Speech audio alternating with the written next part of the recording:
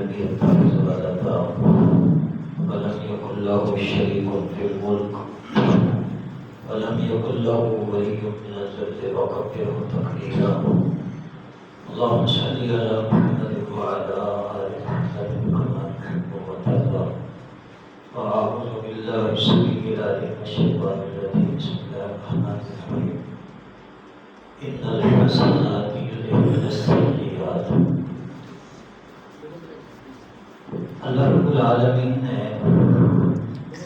قرآن مجید کے باب پارے سورہ ہود آخر کے اندر ارشاد فرمایا کہ یقیناً نیکیاں برائیاں کو مٹا دیتی ہیں، ختم کر دیتی ہیں.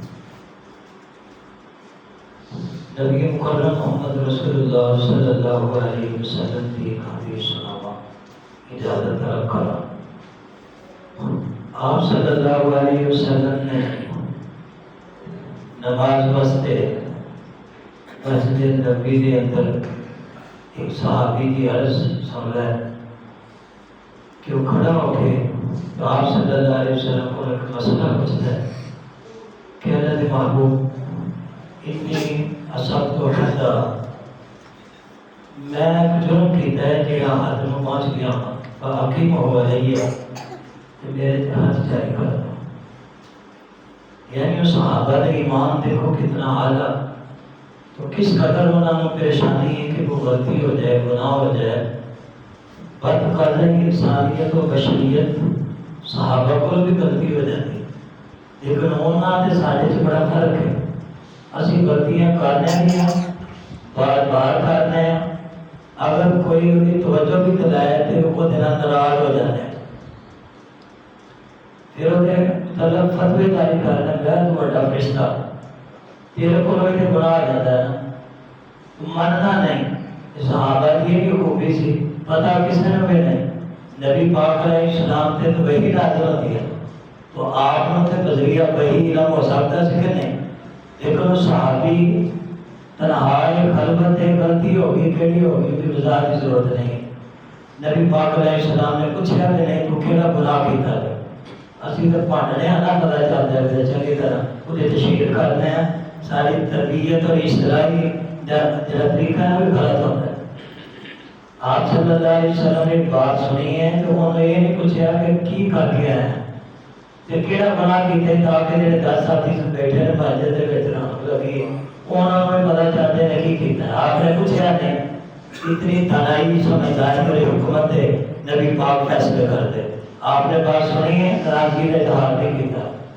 ابھی تو پتہ نہیں کی کچھ کرنے کے لیے اتنا پیڑا اتنا برا ہے کچھ کرتے ہیں. پھر نہیں پتا انہوں نے دسنے ہیں کہ اصلاح کرو. اے مختصر پروگرام انشاءاللہ ایک کوئی حدیث سنانی انشاءاللہ. تو نبی پاک صلی اللہ علیہ وسلم نے بھی بات سنی ہے. میں کہ حضرت محبوب نے اپنے ذہن کے مطابق سمجھا نہ کہ یہ جڑا گناہ ہے حد کے قابل ہے. ذہن ایسی کہ حد رکھنی چاہیے.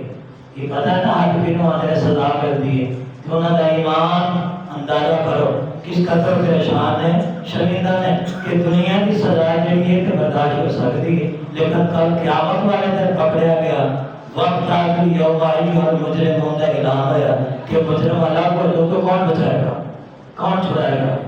اس جسم کی دنیا کی سزا تو برداشت ہے. نبی کریم علیہ السلام بات پوری سنی، خاموشی اختیار کی تھی. جماعت کا ٹائم ہو گیا، آپ نے نماز پڑھائی. نماز سے جوانی آپ پہ وحی نازل ہو گئی. اللہ نے دس دیتا کیونکہ سارے ایمان وما ينطق عن الهوى ان هو الا وحی یوحی. نبی کریم علیہ السلام اپنی مرضی نہ نہیں بولتے جب تک وحی نہ ہے. آپ کے مسئلہ بھی دس دے.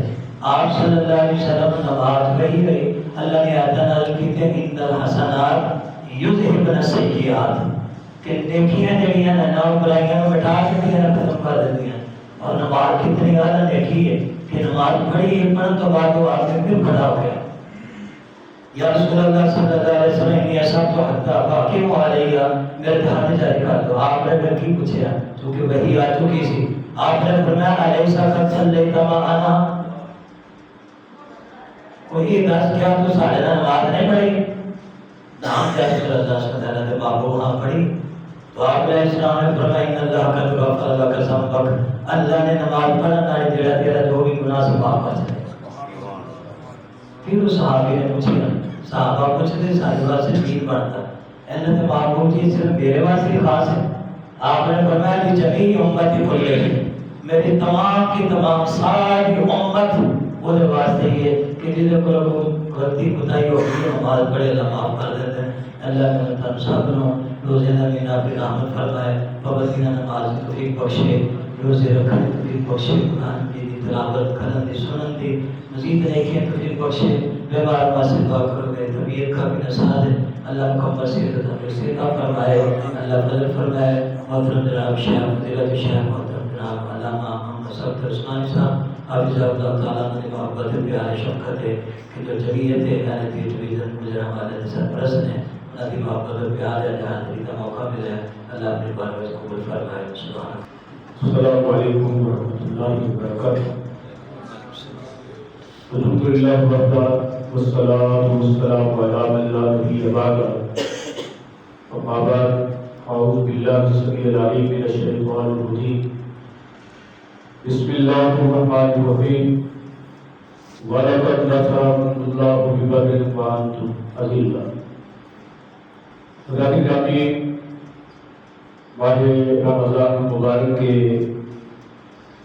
مبارک گنتی کے ایام بڑی تیزی کے ساتھ گزر رہے ہیں۔ اللہ تعالیٰ دن کے صیام اور رات کا قیام اپنی بارگاہ میں قبول و منظور فرمائے۔ آج 17 رمضان مبارک ہے۔ 17 رمضان مبارک کو قریش مکہ اور مہاجرین و انصار مدینہ کے مابین فیصلہ کن معرکہ ہوا ہے۔ 313 اہل اسلام اور مقابلے میں 3 گنا 1000 کفار کا لشکر جرار۔ اللہ رب العزت نے اہل اسلام کو جو کہ بے سر و سامانیت کے حال میں نکلے فتح و نصرت سے ہمکنار کیا۔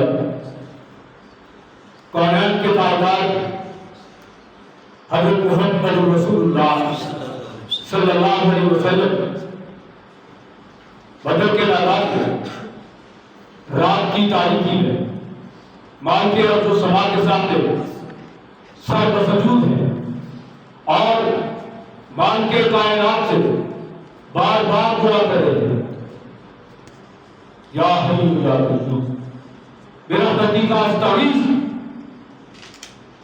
دشمن سے مقابلہ ہونے لگا رہا ہے اور دشمن بھی 3 گنا ہے، تو کائنات کے رب سے مدد طلب کی، اس کی بارگاہ میں استغاثہ کیا، استمداد کے لیے درخواست کی۔ سرور کائنات صلی اللہ علیہ وسلم آہوزاری سے دعا کرتے جا رہے ہیں۔ رب کائنات نے جبریل کو بھیجا، کہا محبوب آپ دعا بس کرو، کل اپنے پروانوں کو لے کر نکلے، عرش والا خدا 1000 کی امداد نازل کرے گا۔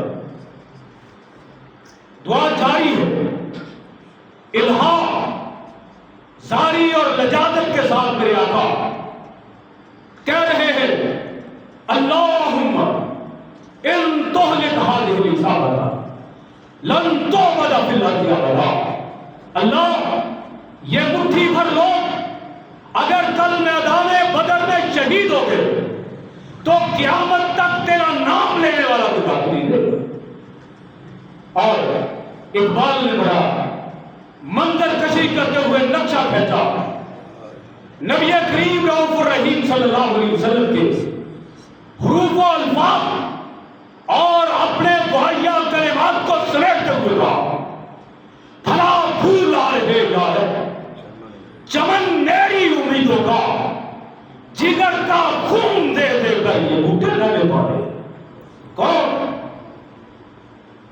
چمنستان رسالت کے پودے ابو بکر، عمر، عثمان، علی، طلحہ، زبیر، سعد،